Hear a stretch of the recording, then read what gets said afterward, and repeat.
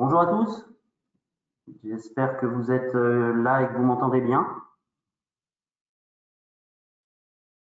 On va attendre encore 1 ou 2 minutes. Là, les gens sont en train de se connecter, donc on va démarrer tranquillement d'ici 2 minutes, on va dire. Alors pour votre information, ceux qui sont déjà présents, en gros, la présentation va durer une demi-heure, 35 minutes. Elle sera suivie d'une petite vidéo de 3 minutes où on a été voir avant de réaliser ce webinaire quelqu'un sur le terrain. Et puis après, il y aura une séance de 15-20 minutes de questions-réponses. Donc normalement, à midi moins le quart, midi, ce sera terminé. Voilà, ça se connecte tranquillement. On va pouvoir y aller, je pense. Donc bonjour à tous, je me présente rapidement, Simon Billot, journaliste pour le groupe ATC, donc en charge de la partie machinisme pour les titres Cultivar, GTP, plus pour la partie grande culture, et Viti pour la partie viticulture qui va nous intéresser aujourd'hui. Pour ce webinaire, je suis accompagné de Damien qui va se présenter rapidement également. Bonjour, donc je suis effectivement Damien Dudens de la société Vantage Atlantique Méditerranée. Je fais partie de la société depuis bientôt 9 ans en tant que spécialiste viticulture de précision sur le secteur de Bordeaux, Cognac et les départements autour. Donc un vrai expert viticulture. Donc vous l'avez sans doute vu, là le webinaire se fait en partenariat avec Trimble. Aujourd'hui, Damien est de la société Vantage, mais peut-être que tu peux nous expliquer le lien entre Trimble et Vantage, justement.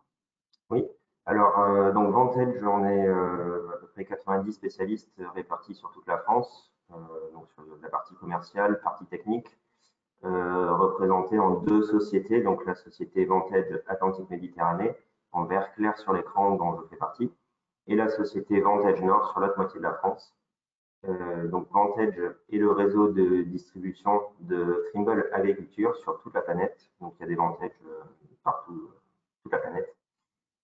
Et on est spécialiste Trimble Agriculture, puisque Trimble a plusieurs divisions. Donc Trimble Agriculture va être plus sur la barre de guidage pour les grandes cultures, pour toutes les cultures confondues, les autoguidages, les signaux de correction. Donc là, on parlera de ça tout à l'heure. Donc ça va de l'EGNOS au RTK. Et après, on passe aussi à tout ce qui va être coupure de tronçons, modulation des intrants et cartographie de sol. Ok. Donc pour ceux qui nous ont rejoints, là j'en vois pas mal se connecter, sachez que vous avez une rubrique questions où vous pouvez poser vos questions directement. Alors elles vont m'arriver moi en direct là, certaines on y répondra en temps réel, d'autres on va plutôt attendre la session questions-réponses à la fin. Dans tous les cas, sachez que si on ne peut pas répondre à votre question là dans l'heure qui nous est impartie, on reviendra vers vous après le webinaire pour justement répondre à toutes vos questions. Donc, je vois Damien qui pose son masque. Je ne sais pas si vous l'avez remarqué, mais on a le plexiglas, on a tout ça. On s'excuse pour le manque de proximité, mais on s'adapte au contexte sanitaire. Maintenant qu'on a un peu vu qui était Trimble Vantage, on a un peu préparé ce webinaire et les problématiques que l'on a pu sortir en viticulture. Damien, toi tu les connais bien. Est-ce que tu peux nous les résumer rapidement? Oui, donc au niveau de la viticulture, on est sur une culture, comme vous le savez, complètement différente à la grande culture que connaît Trimble depuis quelques années. En viticulture, on a des problématiques différentes. On a d'une part une culture pérenne, donc une culture qui va durer plusieurs années, plusieurs dizaines d'années parfois. Donc, on a une plante qui est localisée, enfin qu'on peut localiser dans une parcelle pour la conserver, pour conserver les données plusieurs années. On a aussi beaucoup de contraintes phytosanitaires et de plus en plus qui sont de plus en plus restrictives. Une traçabilité est vraiment très demandée. Il faut pouvoir suivre la traçabilité d'une ligne plusieurs années. Et on a aussi un problème avec des tractoristes qui sont de plus en plus durs à trouver. Donc on a des aides pour faire face à cette problématique. Ok. Alors maintenant que le décor est un peu planté, quelle gamme a Trimble aujourd'hui pour aider les viticulteurs justement? Donc Trimble a plusieurs consoles, donc avec plusieurs tailles d'écran, comme on le voit sous vos yeux. Donc on va de la GFX 350 à la TMX 2050, en passant par la GFX 750. Donc la différence entre ces consoles est principalement la taille d'écran et les évolutions possibles. Au niveau des points communs, on a 3 consoles qui fonctionnent sous Android. C'est quasiment des tablettes. Ce sont des tablettes, alors sauf qu'elles sont embarquées, on ne peut pas les prendre, mais se promener avec dans une parcelle. Donc elles sont sous Android, elles sont connectées à Internet. Donc on peut faire soit un partage de connexion avec son smartphone, soit les équiper d'un modem qui aura d'autres utilités, on le verra tout à l'heure. Et après, on a aussi toute une partie navigation Internet, données météo qui apparaissent sur la console et une vue satellite de notre parcellaire de façon à avoir la cartographie de ces parcelles. Alors, je ne sais pas si vous connaissez la gamme Trimble ou pas. Moi, ce qui m'interpelle quand je vois ces 3 consoles, c'est que typiquement, c'est exactement les mêmes que pour la grande culture. Ce n'est pas une gamme dédiée à la viticulture. Alors effectivement, les boîtiers, les consoles sont les mêmes qu'en grande culture. On les utilise très bien en grande culture, en maraîchage ou en viticulture.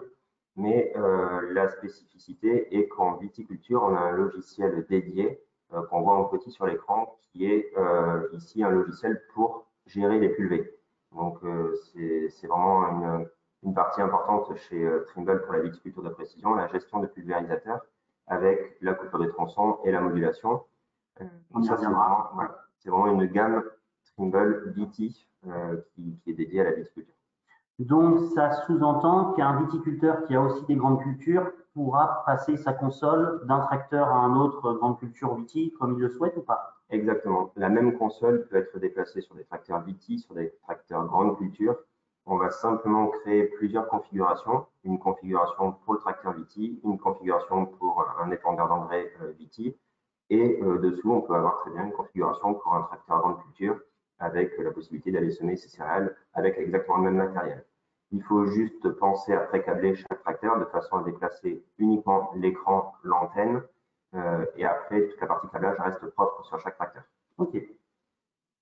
Maintenant qu'on a parlé console, on peut peut-être refaire un petit point sur les corrections disponibles.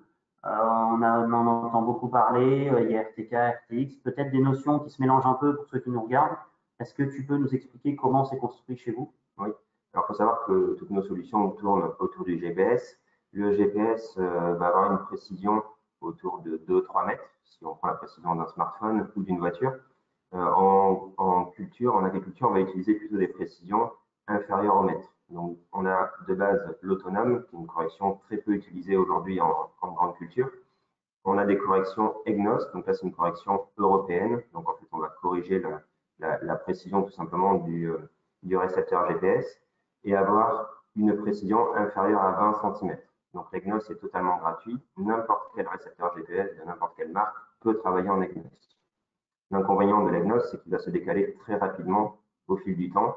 Donc quand vous allez commencer un travail dans un champ, les données vont se décaler.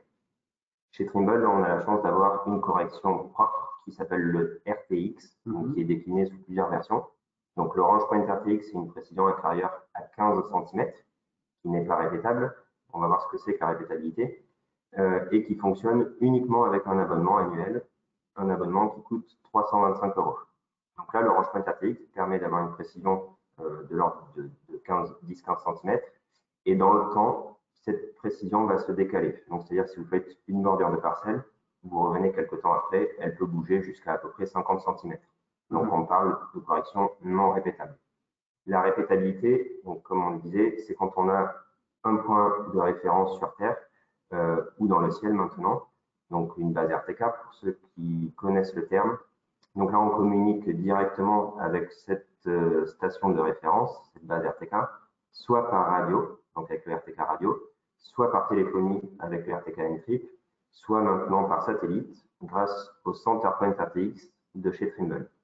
Donc dans tous les cas, on a une précision autour de 2 cm et demi qui est répétable, c'est-à-dire qu'elle ne bougera jamais. Vous venez plus tard, quelques semaines après, quelques mois après, vos lignes de guidage, si vous faites de l'autoguidage, ou vos bordures de parcelles n'auront pas bougé à 2 cm et demi près. Alors, pour Philippe, qui n'a pas pu participer là en direct, qui verra le replay, a nous envoyé une série de questions avant le webinaire. Là. Sa première question, c'est: dois-je m'arrêter de travailler en cas de perte de signal en plein milieu de ma parcelle? Alors effectivement, si un récepteur GPS perd sa position, là oui, il n'est plus possible de travailler en autoguidage. En revanche, si on perd simplement la correction, c'est-à-dire la précision, chez Trimble, on a le X-Field qui permet de prendre le relais sur le RTK. Donc, vous perdez la communication radio de votre base RTK, vous perdez, donc on a dit que le RTK par téléphonie fonctionne donc avec une carte SIM. Si vous perdez le réseau GSM, le X-Field va prendre le relais pendant 15 à 20 minutes, ou après de façon illimitée avec un abonnement supplémentaire. Voilà, donc ça c'est le X-Field, ça fait partie des corrections répétables en cas de perte de signal. Tu parlais de réseau téléphonique. Moi, j'habite dans le Cantal, une zone pas très bien desservie par la 3G encore. Si on est dans une zone blanche ou si on a quelques parcelles sur le vignoble qui est en zone moins bien desservie par le téléphone, est-ce que c'est embêtant? Alors pour la téléphonie, en France, on est couvert presque partout avec au moins de la 2G. Alors, on n'a pas besoin d'avoir forcément de la 3G pour travailler en RTK. Si on a uniquement de la 2G, on peut recevoir les corrections RTK. Ça sera peut-être un peu plus compliqué pour faire du transfert de données entre le tracteur et le bureau. Donc ça aussi, c'est quelque chose qu'on verra un petit peu plus tard. En revanche, si vous souhaitez vraiment avoir une bonne connexion Internet, l'idéal, c'est de rajouter un modem à côté du matériel. Donc ce modem servira à avoir une connexion beaucoup plus puissante, puisque c'est un modem plus puissant, c'est pas comme un modem de téléphone qui est enfermé dans une coque, et on a une antenne sur le toit du tracteur, donc on a beaucoup moins de chances de perdre le signal. J'ai une question en direct là qui vient d'arriver. Quel est le temps d'établissement de la correction RTX Fast? Le RTX Fast, c'est instantané, c'est-à-dire vous démarrez la console, vous l'avez, on va dire, dans la minute, donc c'est quasiment instantané. Effectivement, cette question vient peut-être parce qu'autrefois, on avait le Centerpoint RTX standard, donc qui mettait plusieurs dizaines de minutes, jusqu'à 20-30 minutes avant d'arriver, ce qui fait qu'il fallait attendre au bout du champ 20 à 30 minutes pour pouvoir travailler. Donc avec le Fast, d'où son nom, on l'a instantanément. Ok, merci. Donc, c'est un mot que tu as abordé là plusieurs fois, l'autoguidage, qui nous intéresse en viticulture. Comment ça se passe? Quelles solutions je peux avoir si je suis viticulteur?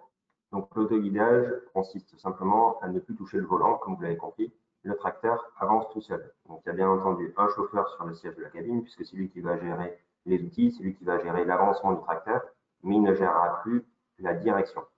Donc, il y a deux grands systèmes qui existent, le système par GPS RTK, donc avec une précision centimétrique, et le système par Palper. Donc, au niveau du système d'autoguidage par GPS RTK, on a une précision centimétrique et une ligne qui est géolocalisée dans l'interrang ou sur le rang, si on travaille avec des enjambeurs, qui permet de faire avancer le tracteur le long de cette ligne. Donc là, on va actionner le volant soit avec un moteur électrique, soit en se reprenant hydrauliquement directement sur les vérins de direction. Mais tout est fait par GPS. Donc il faut une console et un récepteur RTK. Le deuxième système est le guidage par Palper. Donc là, en fait, on n'a pas du tout de console dans le tracteur. On n'a pas du tout de système GPS. On a simplement des palpeurs qui viennent s'appuyer contre le rang à droite ou à gauche, ou les deux, et qui viennent recentrer le tracteur au centre du rang. Est-ce que tu peux nous donner une fourchette de prix des deux solutions à peu près? Alors, un système GPS, selon la précision, va tourner entre 5 et 10 000 euros. 10 000 euros pour du RTK. Et après, la partie autoguidage, si on est un système avec un volant, il faut compter 5-7 000 euros de plus. Et si on est en système hydraulique, c'est à peu près 10 000 euros de plus. Donc, un système haut de gamme d'autoguidage RTK hydraulique, il faut compter autour des 20 000 euros. Un système d'autoguidage par Palper, on va être sur des coûts inférieurs, mais avec des possibilités d'évolution qui vont être plus limitées, puisqu'on n'a vraiment qu'un système Palper, on n'a pas de console embarquée. Là, on va être autour des 12 000 euros. Ok. Autre question qui nous a été posée avant, est-ce que pour utiliser de l'autoguidage RTK, je suis obligé d'avoir planté mes lignes au RTK? Pas du tout. Alors, si les lignes ont été plantées au RTK, on va pouvoir récupérer les lignes de plantation de votre planteur, à condition bien sûr qu'il ait possibilité de les exporter. Vous allez pouvoir importer ces données dans votre console et les utiliser pour faire de l'autoguidage. Si la ligne n'a pas été plantée au GPS, vous avez possibilité d'arpenter, de créer chaque ligne entre vos rangs de lignes, sachant que si vous avez une ligne plantée, admettons, à 1,50 m, vous n'avez pas régulièrement 1,50 m entre chaque rang. Si on n'a pas été planté au GPS, vous pouvez avoir 1,52 m, 1,49 m, ce qui fait que vous avez un décalage qui peut se cumuler au fil des rangs de lignes. Ouais. idéalement, il faut recartographier chaque rang, les sauvegarder une fois en RTK dans la console et après vous les gardez d'une année sur l'autre. Donc c'est un travail très lourd au départ, mais après c'est un très grand confort au fil des années. Et cette même console, donc la console de guidage, pourra servir à l'avenir à faire de la gestion de pulvérisateurs ou autre application. Ok. Donc maintenant qu'on a vu que ça avait un coût de l'ordre 12 ou 20 000 euros l'autoguidage, qu'est-ce que ça permet d'apporter et en gros, comment je peux calculer un retour sur investissement là-dessus? Alors tout d'abord, on a des travaux qui sont quand même plus précis puisqu'on se rapproche des rangs de vignes. Donc on va pouvoir, notamment en intercept, travailler vraiment plus près de la plante. On va pouvoir gagner un petit peu en vitesse de travail puisque le chauffeur n'a plus à se concentrer sur la direction du tracteur, comme on l'a dit. Donc, il peut se permettre d'accélérer un petit peu plus dans ses rangs de vigne. Et pour faire face aux problèmes de main-d'œuvre, on peut mettre des chauffeurs moins expérimentés dans les tracteurs pour travailler sur différentes applications. L'autoguidage s'occupera de la direction, le chauffeur s'occupera uniquement de son outil. Alors, j'ai une question en direct qui vient de tomber là de Loïc. Comment se comporte le guidage par palpeur sur des parcelles en dévers? Alors, sur des parcelles en dévers, vu qu'on n'a pas de position GPS, le palpeur lui va toujours recentrer le tracteur au milieu de l'interrang. Mais effectivement, il n'y a pas de correction des dévers comme sur un système par GPS où là, on a un inclinomètre qui va permettre de vraiment compenser par rapport à la hauteur d'antenne le dévers. Ok. Alors voilà pour la partie autoguidage. Bien entendu, si vous avez d'autres questions, on y reviendra à la fin. Autre chose qu'on a vu là en préparant le webinaire, c'est la très grosse pression environnementale au niveau des réductions des intrants, on va dire, que ce soit phyto ou engrais, surtout phyto. Comment la viticulture de précision peut aider à atteindre cet objectif? Donc tout d'abord, il faut savoir qu'un grand nombre de pulvérisateurs vignes n'ont pas forcément encore de DPAE. C'est-à-dire, tu peux expliquer ce que c'est le DPAE? Oui, le DPAE, c'est le débit proportionnel à l'avancement électronique pour le E.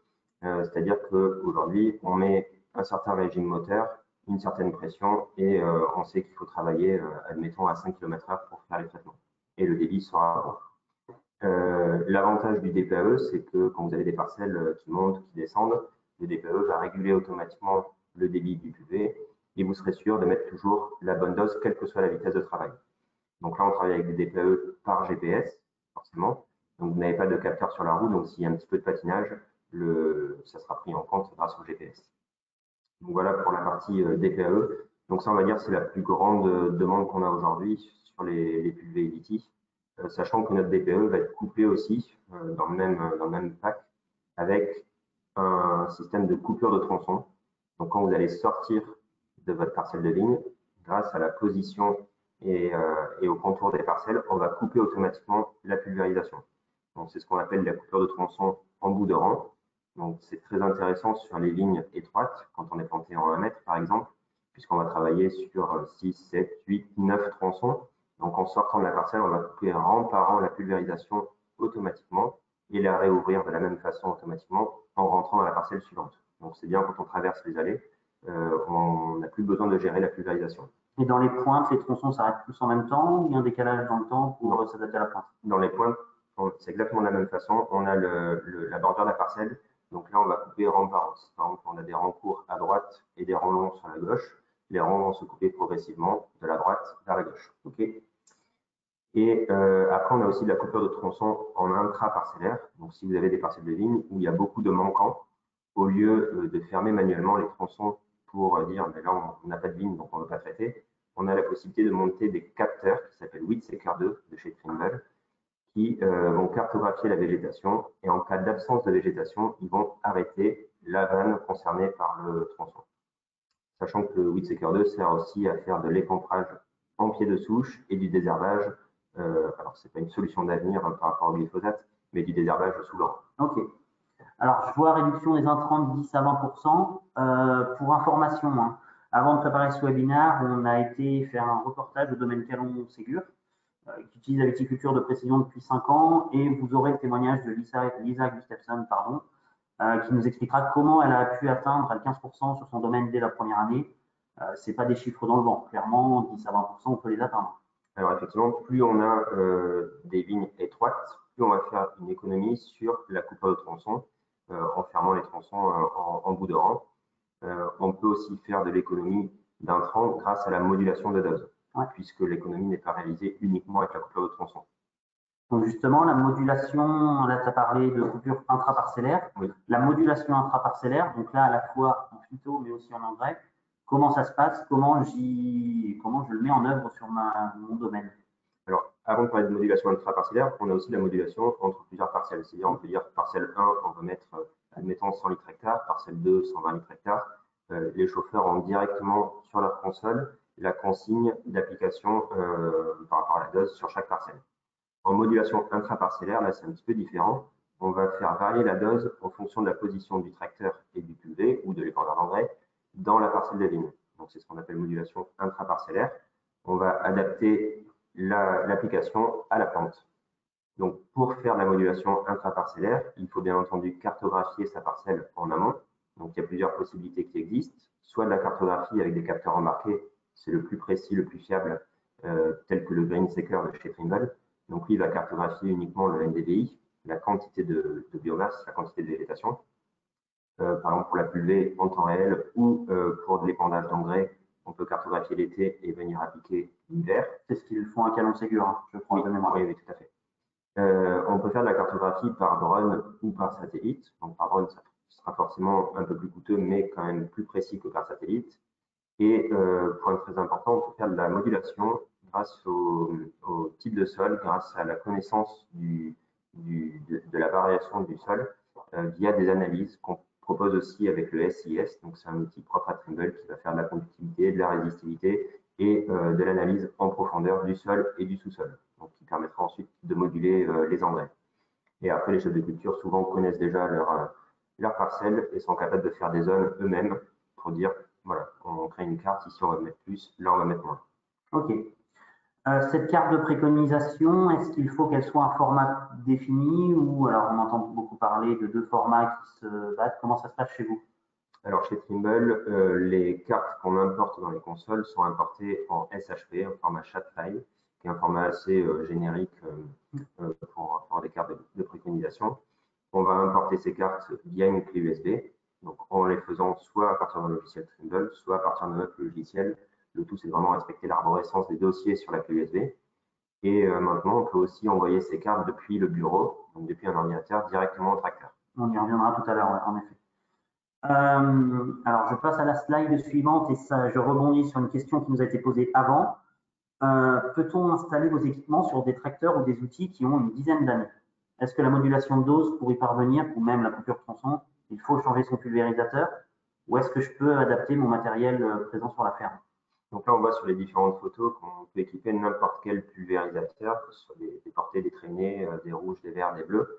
À partir du moment où le pulvé est, même s'il est ancien, à partir du moment où il a ses électrovannes, ses vannes de tronçon, sa vanne de régulation, son capteur de pression, éventuellement un débitmètre, et une vanne générale, on vient se repiquer directement sur chaque électrovanne sans avoir à tout remonter. Donc toute la partie électronique, on peut passer à côté et se rebrancher sur les électrovannes.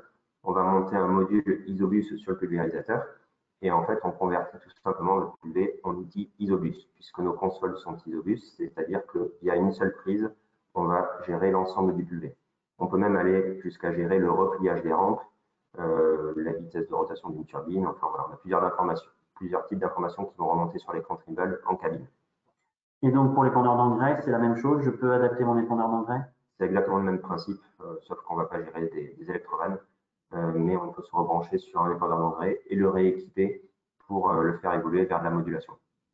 Alors j'ai une question de Philippe Boisseau encore. Pour le Weedseeker, est-ce qu'il faut en mettre à chaque rangée? Alors pour le Weedseeker, si on veut faire de la fermeture de tronçon rang par rang, forcément oui, il faut que chaque rang soit cartographié.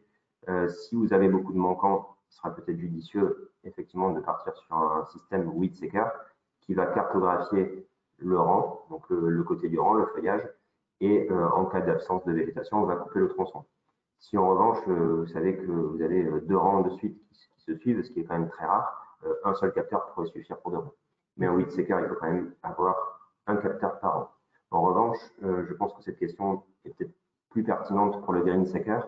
On peut avoir un système GreenSeeker, donc pour cartographier le NDVI, sur un rang, sur deux rangs, sur 4 rangs. On n'est pas obligé d'avoir un capteur par an. Donc on peut faire la moyenne sur un ensemble de rangs. Ok. Je pense que oui, la question s'adressait plus au green seeker. Ok. Alors, il y a d'autres questions qui arrivent, hein, mais on les reprendra à la fin. On va continuer notre déroulé. Maintenant, parlons un peu traçabilité, gestion des données. Le big data, on en entend beaucoup parler. Comment vous voyez ça chez Trimble et quelles solutions vous proposez, vous? Alors là, c'est vraiment la partie à venir, c'est vraiment la partie traçabilité.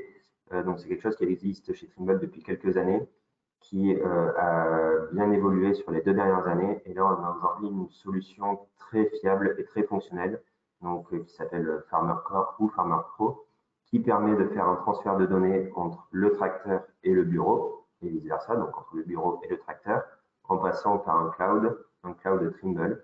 Donc là, toutes les données vont remonter en temps réel sur le bureau. Donc le matin, le chef de culture va créer sa carte de préconisation, son ordre de travail, les informations de traitement à envoyer au chauffeur et va décider d'envoyer cette carte ou cet ordre de travail directement à 1, 2 ou 3 tracteurs pour que les chauffeurs le reçoivent le matin à l'embauche. Donc les chauffeurs reçoivent la carte, ils savent quelle parcelle ils ont à traiter, quel débit ils ont à appliquer et ensuite ils peuvent se rendre sur les chantiers. Et pendant ce temps, le chef de culture peut suivre l'avancement des chantiers. Donc, il suit la position des véhicules, il suit les débits en temps réel, les débits appliqués, il suit les vitesses de travail. Voilà. Il a vraiment... Est-ce qu'il a accès à toute la console Est-ce qu'il voit en temps réel ce que voit le chauffeur sur sa console ou pas? Alors, il ne voit pas en temps réel la console parce qu'on a une application qui s'appelle TeamViewer sur les consoles qui permet d'avoir une visualisation de l'écran. Donc ça, le chauffeur peut très bien, le chef de culture par exemple peut très bien voir cet écran, mais c'est surtout destiné à notre SAV en cas de problème. Le chauffeur peut appeler directement notre SAV. On prend à distance la main sur la console du client et on peut ensuite modifier ou expliquer les différents problèmes s'il y en a. Une question qui vient de tomber, êtes-vous compatible avec d'autres logiciels de traçabilité? C'est vrai qu'il y en a beaucoup sur le marché en ce moment.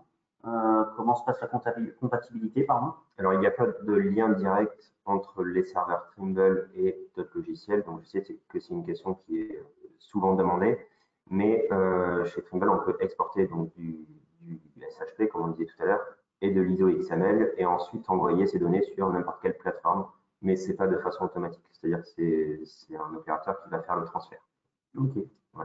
Alors, je ne l'ai pas précisé, mais après, toute la partie transfert de données, suivi de flotte est disponible sur une application mobile Trimble.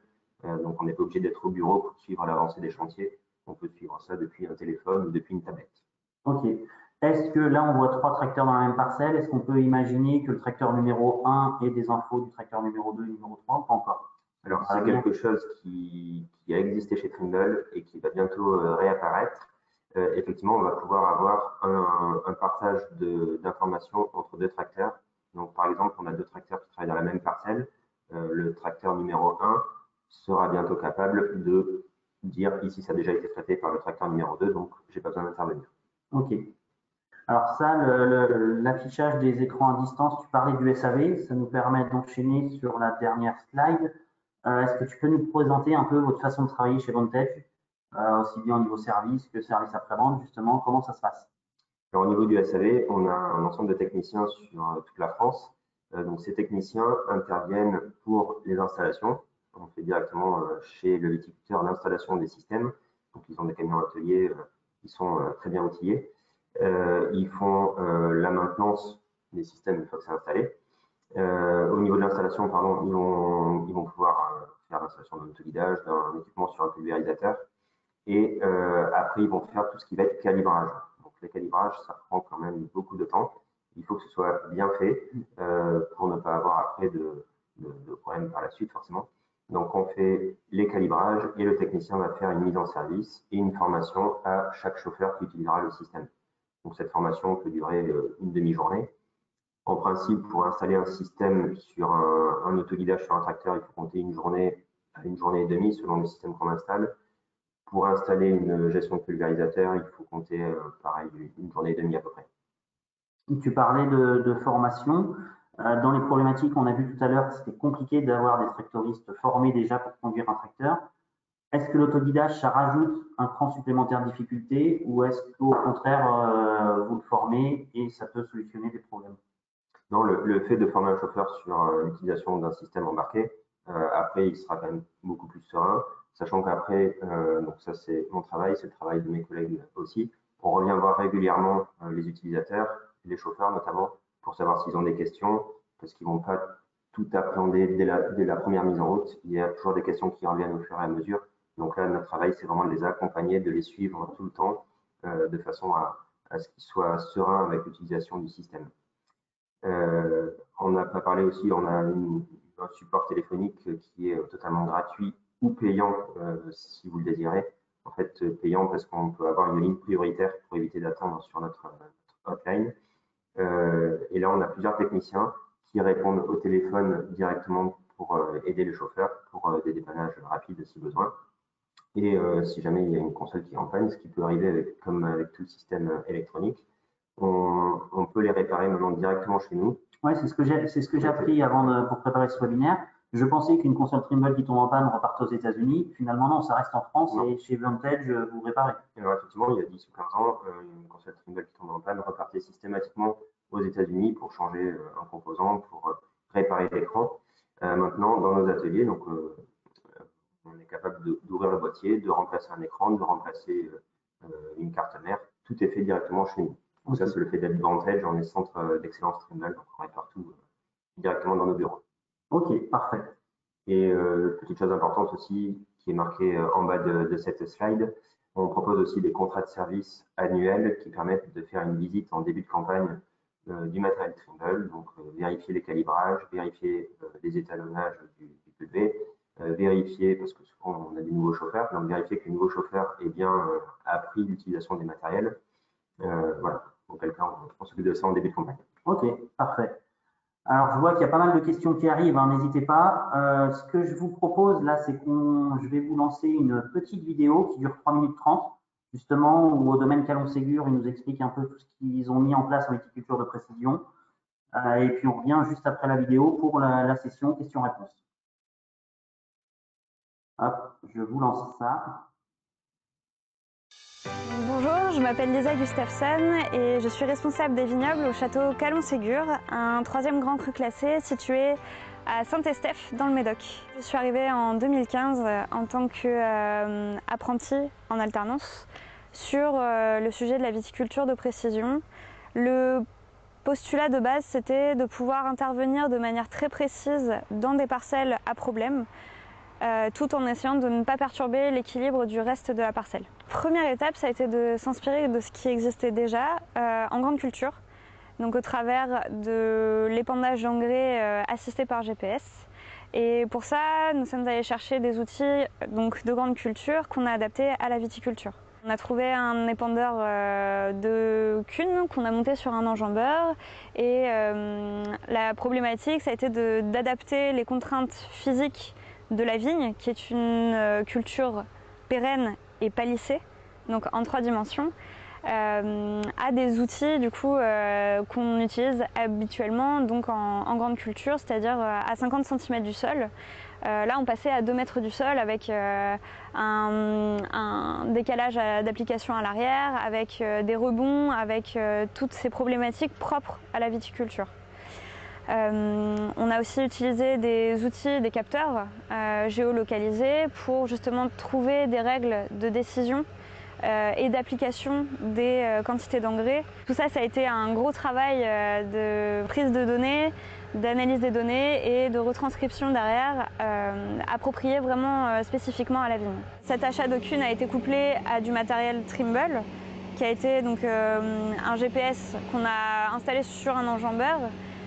Et pour piloter tout ça, il a fallu qu'on fasse de l'acquisition de données, donc une prestation à l'époque d'acquisition de données de NDVI située sur des parcelles test de la propriété. 5 ans après, on en est on a équipé notre 4e enjambeur cette année, qu'on travaille maintenant sur la réduction des produits phytosanitaires au travers de la gestion des tronçons.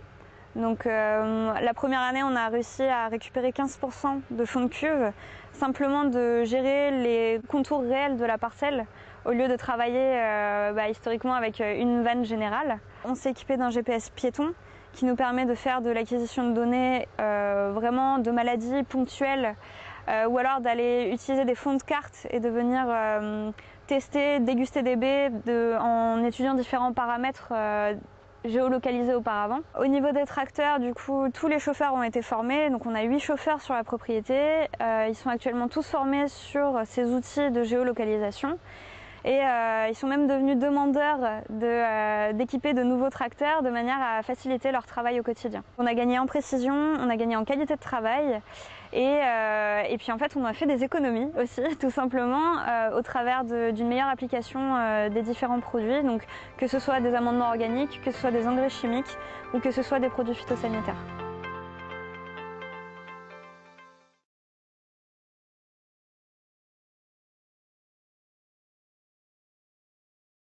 Hop, alors je rallume notre webcam que vous nous voyez. Donc voilà un peu pour le témoignage de Lisa, on la remercie d'ailleurs. Il y a pas mal de questions là, qui sont arrivées, qui sont pour la plupart très intéressantes. Déjà, on va revenir à celle de Rémi en tout début de webinaire. Au niveau de l'autoguidage, est-ce que le chauffeur reprend la main pour les tourner? Alors effectivement, en grande culture, avec un autoguidage, le chauffeur n'a pas besoin de reprendre la main parce que le tracteur fait demi-tour automatiquement. En vigne, il est plutôt conseillé de reprendre la main dans les tournières pour éviter de passer trop près, parce que les tournières souvent sont très courtes en vigne, donc pour éviter de passer trop près des rangs de vigne. Alors même chose, Didier qui revient au début de présentation, qui demande est-ce que l'écran de guidage est adapté à la vigne ou type grande culture? Alors, on a répondu partiellement à la question, enfin répondu à la question déjà, mais peut-être qu'on peut y revenir. Oui, c'est le même écran qui servira aussi bien pour la vigne que pour la grande culture. Donc comme on le disait tout à l'heure, il y a plusieurs configurations qu'on peut enregistrer dans la console pour éviter de les refaire à chaque fois. Où on peut dire là on est sur un pulvérisateur vigne, là on est sur un pulvérisateur grande culture et on va recharger tous les paramètres automatiquement. Didier toujours qui demande combien de doses différentes la console peut-elle gérer sur la rampe? Alors, très bonne remarque. Sur la rampe, en fait, nous, on agit sur une vanne de régulation. Donc, si vous traitez 3-4 rampes par passage, on ne va pas mettre 3-4 doses différentes, à moins de monter 3-4 vannes de régulation. Et donc là, on va pouvoir gérer comme si on avait plusieurs PV. Mais en principe, on va moduler sur la largeur de travail. Ok. On ne l'a pas abordé. Est-ce que cette modulation de dose va changer la vitesse de travail, va pouvoir réduire un peu le débit de chantier ou au final, ça n'a aucun impact, même à 10-12 km/h, je suis capable de moduler sans souci? Alors aujourd'hui, on a des équipements, aussi bien en termes de pulvé qu'en termes d'épandeurs, qui ont des vannes assez réactives. Donc la vitesse de travail n'a pas d'impact sur la vitesse de travail. Entre deux doses différentes, s'il n'y a pas un grand écart, par exemple si on ne passe pas de 100% à 20%, la vanne a le temps de réagir. En revanche, effectivement, si on passe sur des grands écarts de différence entre deux doses, là, il va falloir ralentir un petit peu la vitesse de travail pour laisser le temps aux vannes de s'adapter. Ok. Question d'Eve. Alors là, je me permets de revenir un peu au début, justement cette slide. Tu as parlé au début de présentation d'un abonnement pour la précision GPS à 2,5 cm. Quel est son prix? Alors, effectivement, c'est vrai que je n'ai pas détaillé sur la partie correction répétable. Au niveau du Centerpoint RTX, on a un abonnement par écran. Donc, si vous avez 10 écrans, vous avez 10 abonnements. L'abonnement coûte 650 € par an et donc par récepteur. Si vous avez un seul écran, l'idéal, c'est de prendre un abonnement. Si vous avez 2 voire 3, vous pouvez continuer à prendre les abonnements par écran. En revanche, au-delà de 3 écrans, on conseille plutôt l'investissement d'une base RTK. Donc, une base RTK, c'est un investissement entre 10 et 12 000 € selon le modèle et les possibilités d'évolution qu'on choisit. La base RTK va permettre d'envoyer du signal sur autant de récepteurs que vous le souhaitez. Donc, sur quel périmètre? Sur un périmètre, pour rester en précision centimétrique, on va dire entre 20 et 30 km. Okay. Après, on peut aller au-delà, mais plus on va s'éloigner, plus on va perdre en précision pour le RTK par téléphonie. Et l'avantage, c'est que là, vous faites un investissement lourd au départ, mais après, vous n'avez plus du tout d'abonnement, vous êtes propriétaire du signal. Vous pouvez même songer à vendre du signal à vos voisins, des voisins agriculteurs ou viticulteurs. Ok. Étienne qui nous demande quel produit est le plus précis entre drone et GreenSeeker. Alors, le GreenSeeker va cartographier uniquement le NDVI, uniquement la biomasse. Donc, c'est un système embarqué, il va être très précis pour la cartographie de biomasse. Le drone a plusieurs possibilités. il va faire la cartographie de vigueur, il peut faire cartographie des manquants, cartographie des maladies selon le type de drone qu'on choisit, mais en vue de dessus. Donc il a quand même moins de précision, mais plus de possibilités de cartographie. Ok. Question de Romain. Alors moi, j'avoue, je n'avais jamais entendu parler, mais peut-être que toi si. Avez-vous déjà entendu parler des capteurs de flux de sel? Lui, il en a entendu parler, mais ça reste très flou. Est-ce que ça te parle, toi? Alors j'en ai entendu parler, après nous on n'est pas du tout orienté sur ce sujet-là. En revanche, par rapport au flux de sel, on peut faire des cartes d'hétérogénéité de parcelles qu'on peut transformer en cartes de préconisation et adapter la ferti ou la phyto en fonction de ces cartographies-là. Autre question qui vient de nous arriver, avez-vous la possibilité de développer des solutions sur mesure pour s'adapter à chaque exploitation, peu importe la largeur de rang? Alors effectivement, on a certains viticulteurs qui nous demandent des choses un petit peu spécifiques, notamment de l'arrosage sur des complants. Donc on a complanté une parcelle, on veut arroser uniquement les complants. Donc au lieu d'avoir plusieurs opérateurs à l'arrière du tracteur, on peut venir automatiser cet arrosage. Donc on va mettre des cibles sur chaque complant, on appelle des cibles. On va définir un petit périmètre, admettons 50 cm autour du complant, et on va apporter une quantité d'eau suffisante en déclenchant des électrovannes. Donc ça peut être fait effectivement par GPS.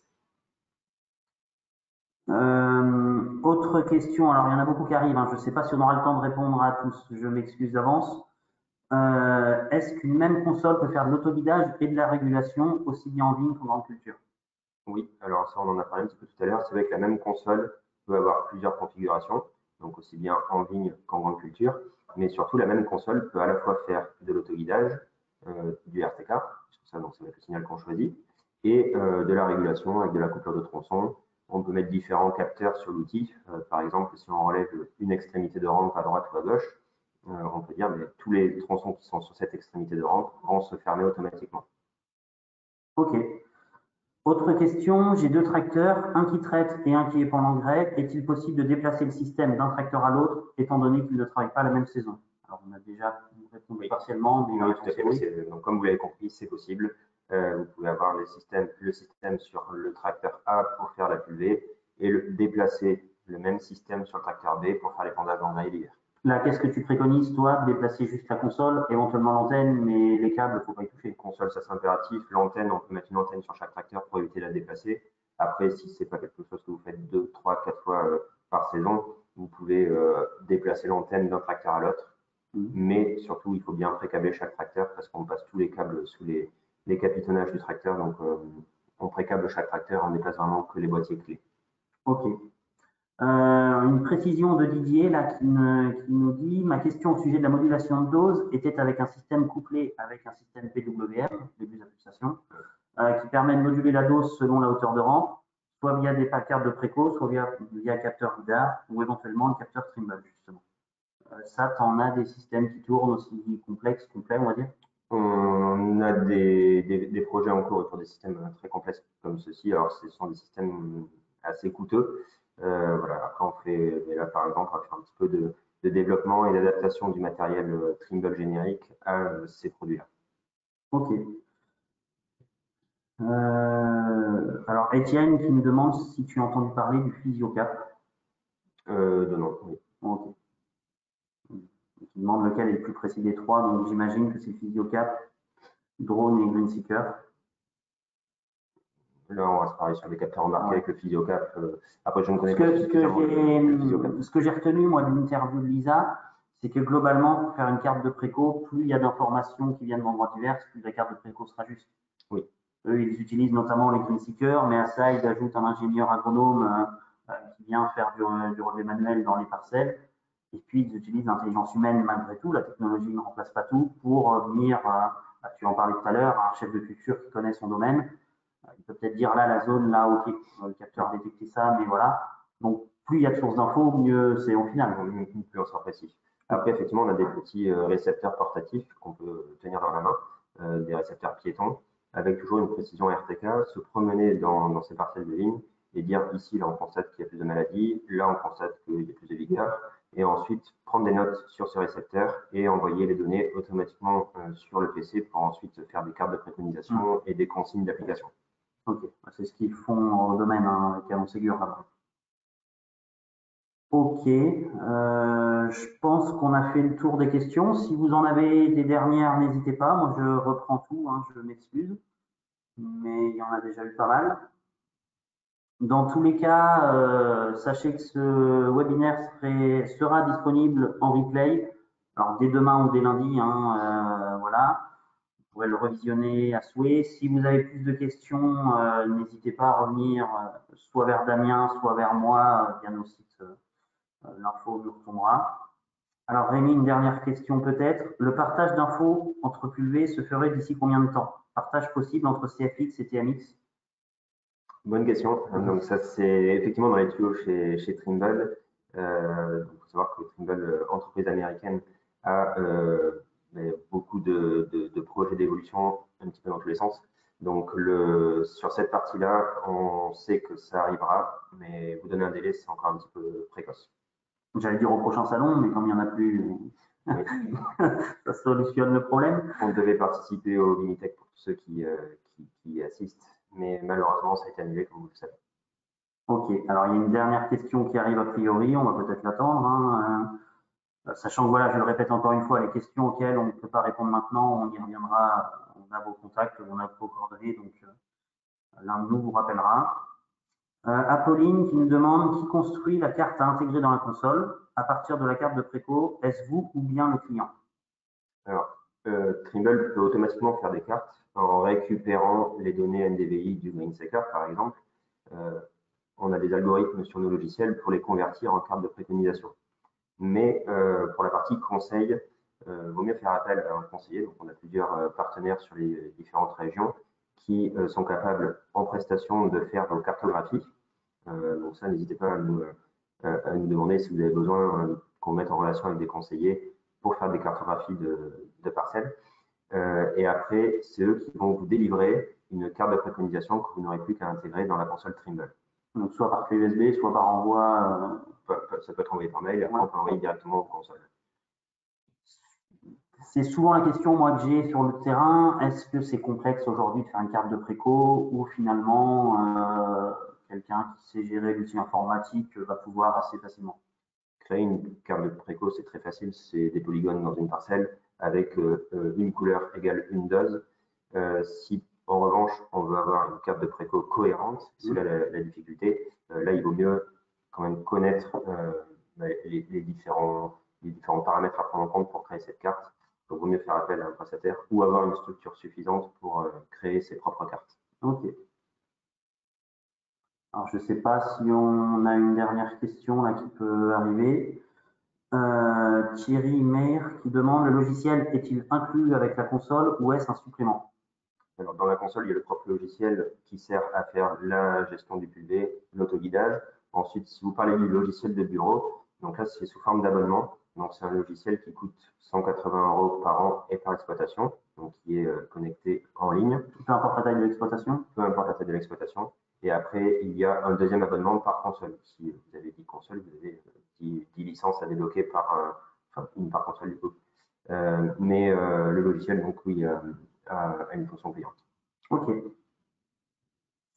Alors, je fais un dernier tour au niveau des questions, voir s'il y en a qui arrivent, mais on en a déjà eu pas mal. Merci à vous d'avoir été aussi actifs. Dans tous les cas, si des questions reviennent plus tard, nous sommes dans toute l'équipe Vantage, que ce soit Vantage Atlantique Méditerranée, Vantage Nord, on est tous à votre disposition, donc il ne faut pas hésiter à revenir vers les deux sociétés.